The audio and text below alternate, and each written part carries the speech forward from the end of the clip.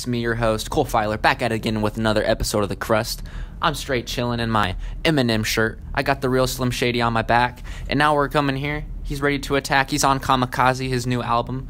It just dropped last week, and it's pretty flame-o. And let me tell you about that. He literally roasts everyone in the game. Yeah. And I've got my friend Dylan here to talk about it, because he is a hip-hop guru. All right. So, Eminem, way better than Revival, right? He dropped Revival at the end of last year on some political stuff.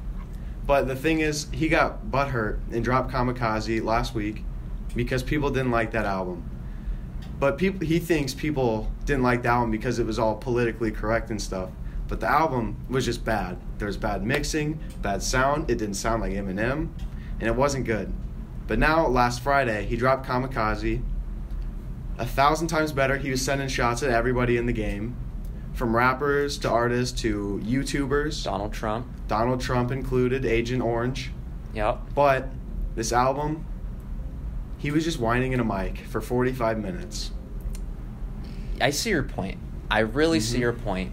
He cries. He's a little crybaby. He's like, oh, you don't like my album? I'm going to cry, right? He comes at people that are actually good. Yeah. He doesn't just go after the bad ones. He comes after really good people and calls them slurs. And I'm like, okay, listen, you can't do that. He calls Tyler, the Creator, not a very nice name. No, he did not. Which is fine. It's expected. It's Eminem. He can do what he wants. But these guys are good, you know? There's no reason for him to be doing that.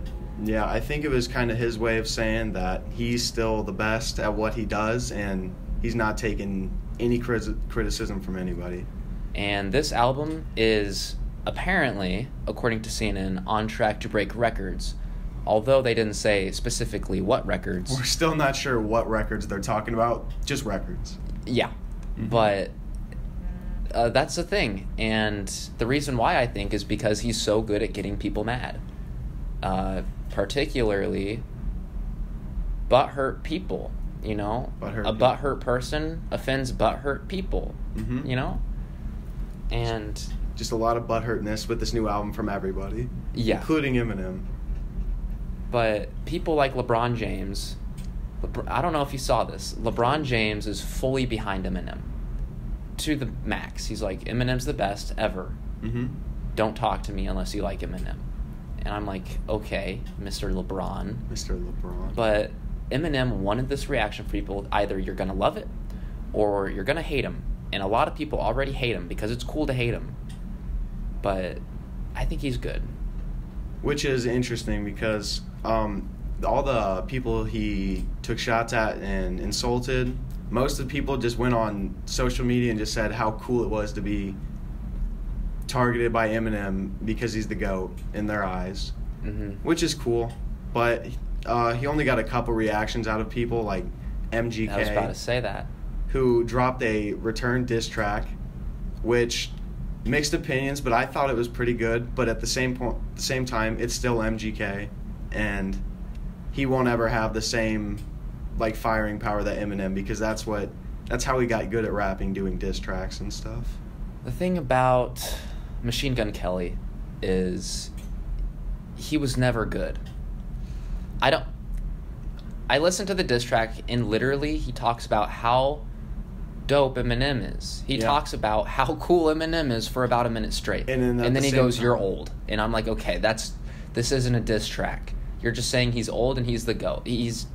That's not an insult, my guy. It was like a diss track, but at the same time, he is still like MGK's favorite artist of all time. So, of course he is. Yeah. They both. I mean, MGK is definitely trying to be Eminem. A new school Eminem, Slim Shady.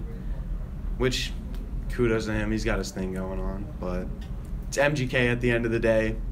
Yeah. He's not as big as Eminem or ever will be, sadly for him, but it's all right. I don't think anyone will ever be as big as Eminem was, or even still is, if I'm honest. Well, Eminem was huge. Still is, because he dropped this Kamakazee, no publicity or anything. He dropped it at super late night last week, and everybody's still talking about it. It was the biggest thing. As you said, it's on pace to break records. We still don't know what records they're talking about, but it's going to break all of them. It's breaking all of them. He's straight breaking records. Mm-hmm. Who knows? It might win Album of the Year. I hope it doesn't. What other albums came out this year so far? They could take Kanye's. All of Kanye's, the ones produced by Kanye. I forgot about. There's been a lot. You're wearing a Kanye shirt. I was thinking more Kids See Ghosts, but no, Kids See Ghosts. I don't think Kanye. Ye will win. No way. I'd rather have Kids See Ghosts. Yeah. But I don't think in the whatever you'd call it, the system, the order, whatever the music industry is not gonna come out and say that they love that album because it's Kids See Ghosts. Yeah, because it's a plant. More than likely it's gonna be Rihanna or Taylor Swift.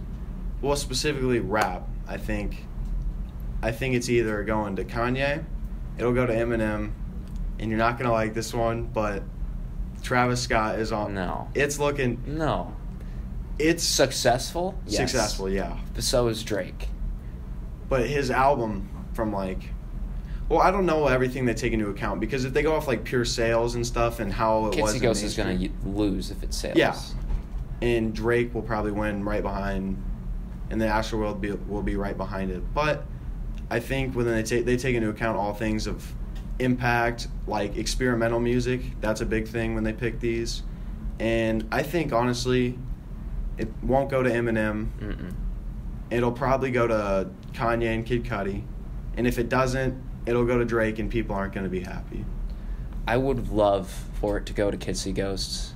Kids See Ghosts is a collaboration between Kid Cudi and Kanye West, but I really don't think it's going to be, just because it's not it's some huge album that everybody loves and listens to. It's kind of weird and experimental, which I love, but still. Which is why I think a lot of people like it so much. It's because it's different. It doesn't sound like anything Kanye had put out before, and it didn't sound. Nothing really Kanye sounds. Yeah, as. That's why Kanye's Kanye, because everything he puts out, it's different, and you never know what you're going to get from him. And this was the one from him, and Kid Cudi. This is the one that took off. I want to say it was. I don't know if it was more liked than his other project he dropped, Ye. But it was close, and I think from a pure musical standpoint, people liked it more, and it was more innovative and experimental, and I think it has a chance of winning Album of the Year. Personally, I think it is the best album the two had ever put out. I'm just going to say that combined, both. You think it's better than anything Kanye put out before, and anything Kid Cudi put out? Album-wise, yeah. I think so. That's a bold statement. That's bold. That's including College Dropout. That's including that, and that's also including 808s. That's including everything. That's also, don't forget, Kid Cudi on the other side. That's including Man on the Moon and Man on the Moon 2. Yeah, and those of them are so good. Those records will go down in history. They better. Because Kid Cudi was putting out the best music. I think, in my opinion, Man on the Moon was Kid Cudi's best album by far. You're not wrong. Kids See Ghosts, he's getting back to form from his last 3 to 4 years. He's kind of taken a hiatus. He went to rehab for a while, and the music he was putting out during that 4 to 5 year stretch wasn't his best. But when he came back with Kanye and they made this album, it felt like old Kid Cudi almost. It got back to the roots and what I enjoyed listening to so much. Mm-hmm. And in Kids See Ghosts, what I love so much is that the instrumentals are insane, and the sampling is insane, but Kid Cudi's humming, literally. Is it humming or moaning in the mic? I don't care. I don't Either care way, either. I love it. I think it's amazing. I think it's great. Mm-hmm. They use their own voice as a beat, yeah. kind of, and I mean, Kanye finishes Kid Cudi's sentences in it. The same as the reverse. I think Kanye, best samples out of any artist in the game. He knows how to go and find random things. They used a Christmas soundtrack on one of the songs. Really? It was from it was a Christmas song, and they sampled it, and it sounds amazing. It's my favorite song on the album. What song is that? It's got a Fourth Dimension? That's what I'm thinking. I think it might be that one. Yeah, that's crazy. Kanye, I watched an interview, and it was with Pusha T, and he said Kanye would just sit there every day, just going through old music and like records, and he'd just find random samples for artists. Mm-hmm. If you don't know this already, Kanye West has produced an album for Pusha T, which is one of the best. Honestly, that's also a really good album. I love Daytona. Daytona is really good, but it doesn't. I know that's probably a bigger album for him, but Pusha T still isn't, I want to say, widely. He's not widely acclaimed, I guess, Yeah, if that's the word. No. In the industry. But he's really good. He really should be. Yeah.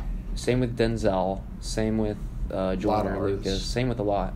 But Kanye produced an album for Pusha T. He produced an album for Nas, which is really cool because Nas is, I mean, he's a legend. 3, obviously his own album, Yay. And then Kids See Ghosts. And then he's making one with Chance the Rapper as we speak. So that's a lot. And Kanye's been putting in work recently. So. All right. Back to Eminem, though. Kamakazee. I don't think it was great. And I'm going to add on that by saying the first half I liked. The first 4 to 5 songs. But then even in one song, he acknowledged that he was literally just whining in a mic because people didn't like his album. He literally said that in one of the songs. I mean, he had a Paul Rosenberg skit where all he says is, "So you're just going to come at everyone?" Yeah. Paul Rosenberg calls him, he's like, "You're just going to come at everyone that doesn't like your album." And that's literally what he did. He's pulling an 8 Mile on us and saying everything bad about it and then expecting us not to care. But I disagree with you. All right. Respectfully. One question. When he comes on to The Ringer, the first track of the album, and is just talking about how he wants to punch the world in the face. Yep. I thought that was cringy, and it did not need to be on the album. I did not like it, but the song after that was really good. What did you think? So you're saying you don't like The Ringer? No, I like the song. I don't like him getting on the intro and whining and saying he wants to punch the world in the face. For me, I listen to that and I just smile a little. I'm like, okay, here's Eminem. This is what he's about. He's about the cringe. He's like, I'm going to punch the world in the face. He's the type of guy that, I mean, he's edgy. He's from, he was popular in the early 2000s during nu metal and Linkin Park. He was the person. My Chemical, he was. He was probably the edgiest rapper at the time. That's what made him so big. Yeah. Just saying crazy things on a mic. 9 Inch Nails through each one of your eyelids type stuff. That's a lyric. I mean. Okay, and I understand that, but Eminem, I did not like it. It's not the same without the cringe, man. It can't be Eminem without it. What happened was Eminem has a lot of humor in his songs, or used to, and stuff, and that's what people understood so much and why they liked it. Because it wasn't just people Eminem was telling his story, but he was making them relatable with catchy wordplay and rhymes and jokes. And I feel like, especially on Revival and a little bit on Kamakazee, he kind of, I don't know if it's because he's getting older, but he's kind of lost that thing that made Eminem. He's lost his swagger. Almost. He really has. Well, that's what I'm saying, because his sense of humor, it's partially there, but not like what you're used to hearing from him. It's dry. It's the humor's there, but it's just dry. And you have to actually. I feel like it's because he has gotten older and he's more of an adult now, even though he's almost 50. When he was 20-something making music, he wasn't really acting like an adult. He was just doing whatever he wanted. Yeah, he's almost 50, and he's still trying to figure out how to be an adult. True. And he's almost there. Right now he's going through his really angsty teen phase. Yeah. You know? That's a good way to describe it. He's just an angry teenager at the age of 46, 47. Right now he's in middle school, chilling in his empty room, dark. It's not lit at all, right? He's got his earphones in, and you know what he's playing? Straight Blink-182. That's what he's playing. And he's like, "Oh God, I need to get a Blink-182 tattoo right on my forehead. That's how edgy I am." Type of stuff. He probably listens to Korn still, which isn't a bad thing. I wouldn't doubt it. That's not a bad thing. Blink-182 is a good band. That was just a little meme, but Are you gonna go there? I think I went there. I think that's about it for the Crust today, folks. I will see you on the next podcast.